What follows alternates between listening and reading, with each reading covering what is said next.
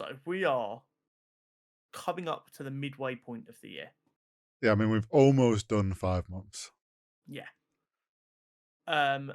So let's talk about what we've had so far, Mhm, rank them, and mhm. then see if we have any major disagreements. I think we're going to have a couple, but I'm not Possibly. sure. So I will go through my list. Okay, This is best to no, sorry, worst to best. okay. And just because they are in this order does not mean that they are all bad. Mm, Just because they are earlier, it simply means the other good things are more preferable to me. I would say there is only one thing on this list I actually think is bad. I think I know what that is, and I haven't even But seen it, and it'll still yeah, be in my but list. but it's like it's a spectrum. Not everything Yes. can be in first place. So, starting things off, Madam Web. Mm. One of the worst things I've seen in the last 10 years. Next up, we've got Tales of the Empire.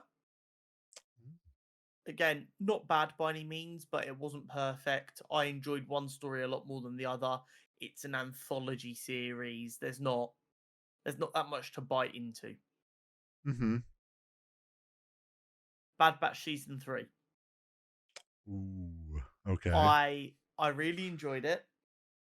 There were a couple of episodes that at the time I was like, that felt a little bit unnecessary. It didn't really add to anything. The poor quality of lighting for an animated show throughout was a real pet peeve that just didn't go away and in fact got worse. Mm. Um, Overall, the show is good, but I can't put it above the other stuff on here. Fair. Next up, we have Echo. Right, yeah. Echo was exactly what I wanted. It was, I think, a brilliant introduction to the Marvel spotlight. Mm. It cleared up a fair bit of messiness that we had from the early days of Disney Plus, as well as bringing characters over from Netflix. And I think that all kind of went in quite nicely, came out quite a poignant story, I felt like, and had some really good action. Mhm. Invincible Season 2 Part 2. Okay. Overall, Season 2 would be higher than this. But it's only the second half of the season. It hurt the quality of Season 2 overall having this breakup.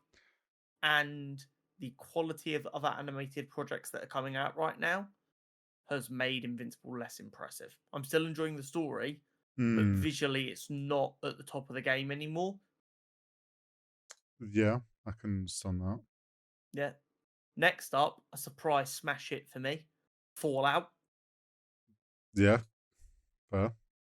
So good. We didn't even really know coming into the year that it was going to be out this early in the year. It's ended up being one of my favorite things I've watched in a while. It was refreshing. It was fun. Very excited for season 2. Mhm. Another surprising smash hit, Percy Jackson.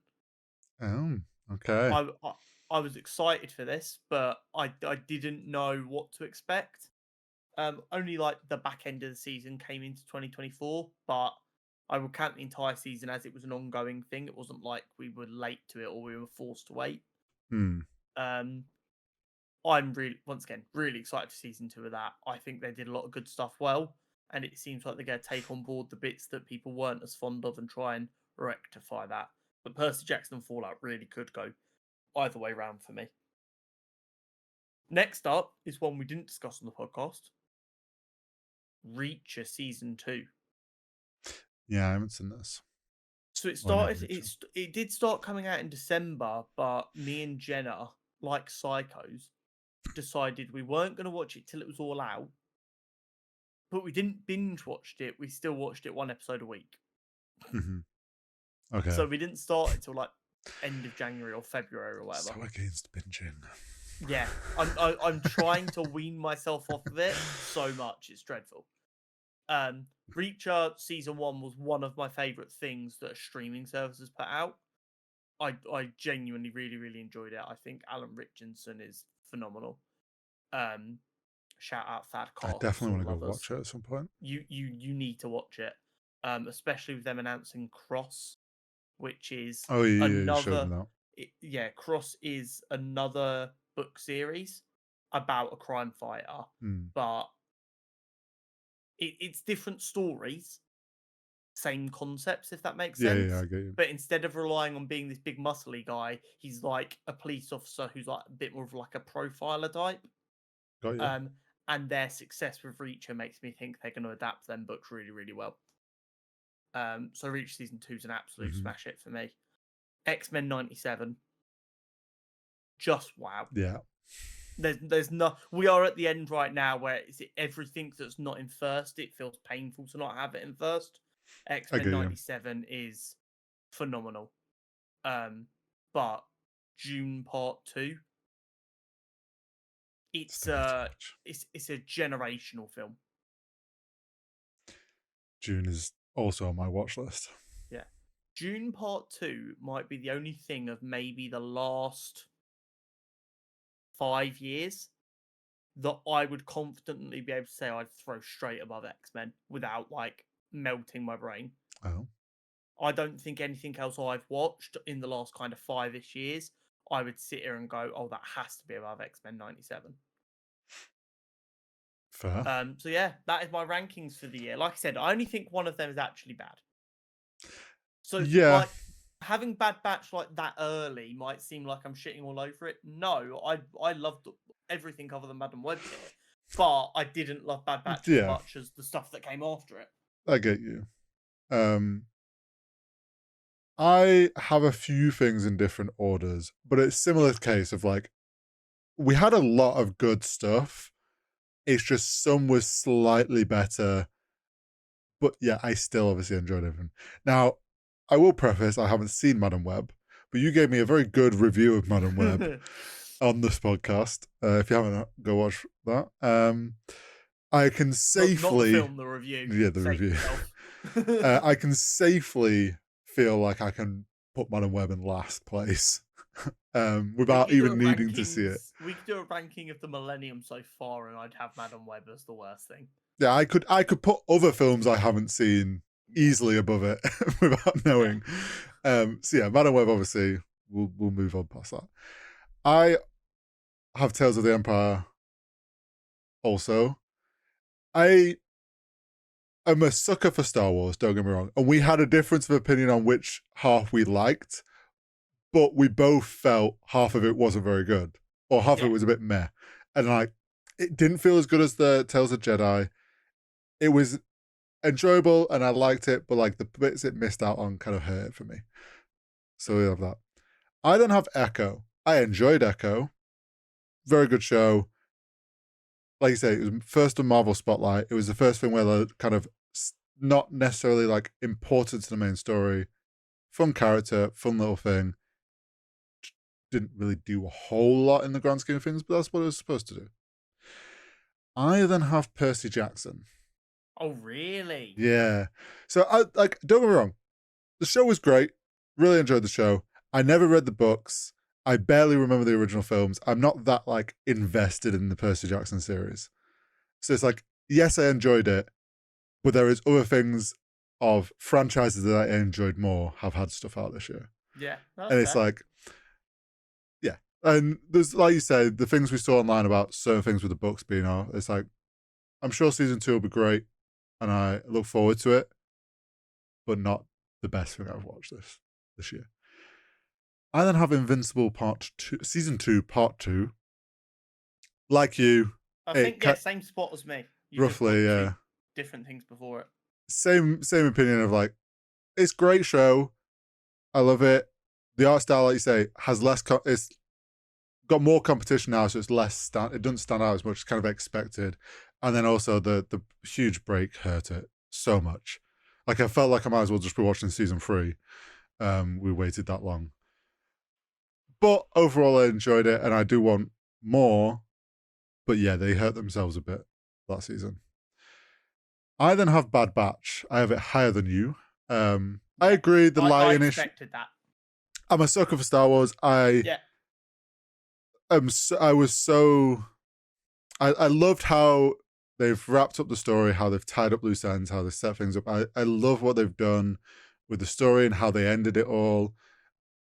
I've watched the whole way through from the Clone Wars animated, or like that whole little segment of Star Wars. So enjoyable. I can look past the lighting issues. I agree with you. Like it was annoying at times, but obviously the way I watch it, I could get around it a lot easier. So yeah, I have one that you haven't had on your list, which is Civil War. Talked about it at the start of the podcast that I'd been to see it. I really love this film.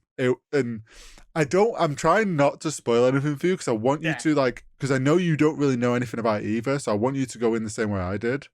The But extent of knowledge I have to this film is Mary Jane Watson from my childhood is in it. Shout out Kirsten Dunst. And people in America are freaking the fuck out because they use such realistic gunshot noises instead of Hollywood gunshot noises that people got quite alarmed. Some parts of this film feel very like intentionally like, oh my god, this is like feels like it's going on forever. The vibe I get is it doesn't glamorize war. No. It tries to show a very realistic idea of it, which I think is it's part of the allure of it, isn't it? So without like spoiling it, like A24 did an amazing job with the visual and how it was directed and produced and shot, like the creativity that they always bring to their films and like how it's actually like the cinema of it is shot. Beautiful film. I loved the story. And I love like how it wasn't a story I expected we were getting, but I still loved it anyway. Next, I have Fallout. Okay. Like you, amazing show, loved it. Was a surprise. We went into that like apprehensive a little bit because gaming stuff has often not been done well. Was an amazing show. Can't wait for season 2. Loved it. And on the top of my list, I have X-Men 97, which, I mean, what we've talked about it so much on this podcast for the past month. Like we've loved every episode. It's been the biggest surprise, honestly, of the year. Like I knew it was going to be good, but I wasn't expecting it to be this level. I would say, I know it's only one season. I would say of all of the shows we've covered on this podcast, it is the most consistent in quality episode to episode. Yeah. And don't get me wrong, like one season is a smaller sample size, but episode to episode, most consistent for me. Yeah, I would put it Ahsoka up there, and maybe Loki season 2 felt very good episode to episode. But yeah, like for season 1 of a show, nothing else going for it.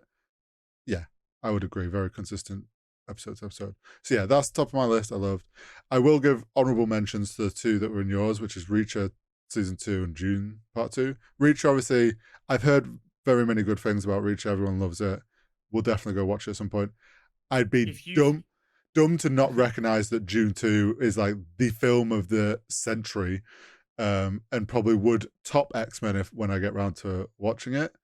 It's just I haven't watched it yet, so I don't want to say like, but I don't want to put it on a list. But I'm pretty confident it will probably be the top of my list once I do watch it.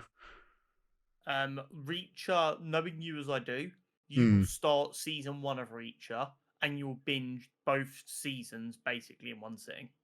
Oh yeah, probably. Because despite the fact I'll probably binge season at a time. The way they've released it, the season 1 and season 2 was did 3 episode drops at the beginning and then weekly. And like it's that isn't a system I'm against. It's a couple of bits up front so that you get an idea where the story's at, so you know if you're interested or not. And then they're like, right, now you have to wait. And then you're like, yeah, okay, I'll wait, that's fine. And not having to wait. It's not like the Netflix style where it's like, oh, it literally intentionally ends the episode 5 minutes earlier, so you start watching the next episode. The episode ends and you fucking scramble for the remote to start the next one because you're like, shit, what's he gonna do now after that bit of information? Yeah. It's so good. I think you're gonna love it, and you will understand my hype for the cross series they're working on once you've seen it. I'm sure I will. And yeah, Dune Part 2 is an all-timer. I to find the time commitment to sit down and watch Dune is the other Have you thing. seen the first one? No, First one, I believe, is still on Netflix. I think it is. But that's the thing. It's like I know the first one's a long film, and then obviously the second one to watch, like it's quite a chunk of time. I'm gonna have to sit down at some point and watch. So, but I do want to do it. And the reason I watched the first one was because my friend invited me and Jenna out to go watch part 2. Oh, so you had to go. And watch I was like, yeah, we'll do that, because it's always when I get the opportunity to see a friend, I try and lock them plans in because I'm bad at staying in contact. Mm-hmm. And then that forced us to sit down and watch the first one, and we finished that. And we both turned to each other. I was like, we shouldn't have watched this so far away from the second one coming out, because now we have to wait 2 whole weeks. Yeah, fair. So good. But yeah, that is quite a year. Only, yeah, it's crazy. We've still got Deadpool, Wolverine, The Boys. I've still got to watch 2 seasons of The Bear for The Bear season 3. There's something else out in June. What else is out in June? Oh, Acolyte. Also, House of the Dragon, which you won't be fussed about, but I won't be watching that. I will. But yeah, there is a lot of good stuff to still come this year. Yeah, that's just June. We've still then got the other half of the year. Yeah.